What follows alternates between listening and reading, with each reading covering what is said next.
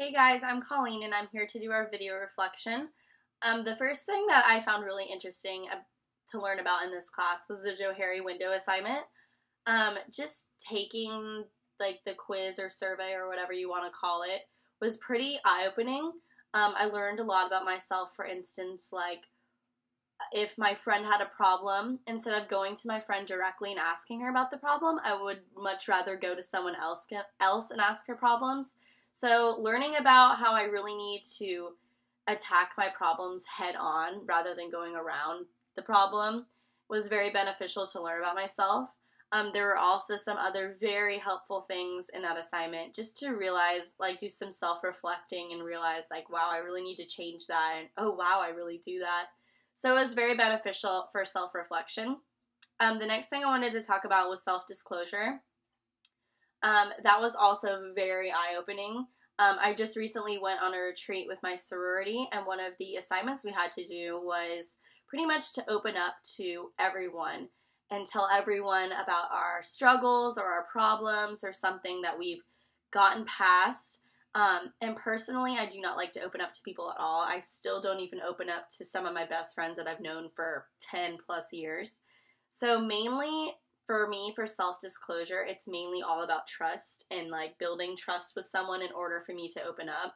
I know a lot of girls are like that, but then some girls would literally just open up about terrible things or tragic personal things that's happened to them, and their self-disclosure is just so broad and open, unlike me. So it's kind of interesting just to see that in like a hands-on experience rather than just reading about it.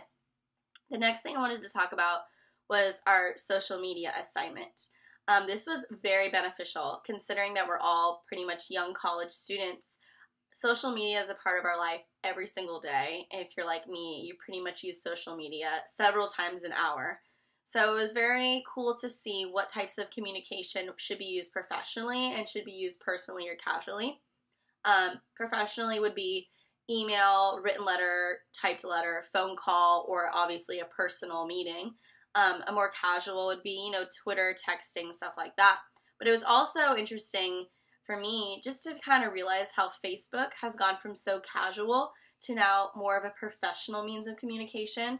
There's been a lot of times where I've signed up for volunteer opportunities or met someone on a professional side, and instead of them saying, oh, email me, they just say, contact me on Facebook or look up my page on Facebook. So it's really become a very interesting means of communication, not only for that, but also for advertising. Businesses all have Facebooks now, and it has all their information, all their contact information. So Facebook has really become something much more professional than it originally was, which is really cool. The next thing was our cultural awareness assignment. I recently met a girl that's actually from Paris, so she kind of influenced me to do my assignment on France. So what I did was kind of make our brochure, just, like the tips of communication in France, and some of the things are pretty interesting. I don't really travel out of the country, so when I read that other countries, especially in Europe, don't use ice in their drinks, it was kind of weird to me. But also the means of communication where politics is discussed openly there, greeting someone, you're not obviously supposed to shake their hand when you first meet them. Little stuff like that was really interesting to know, and it'll definitely be beneficial if I ever do visit France. The next thing I want to talk about, actually adding on to the cultural awareness, it's also on a hands-on level. I personally take the bus to classes. Just on my bus route, a ton of people get on from different cultures and different places of the world. And just to like observe what they're wearing, what language they're speaking, what they're talking about is very interesting.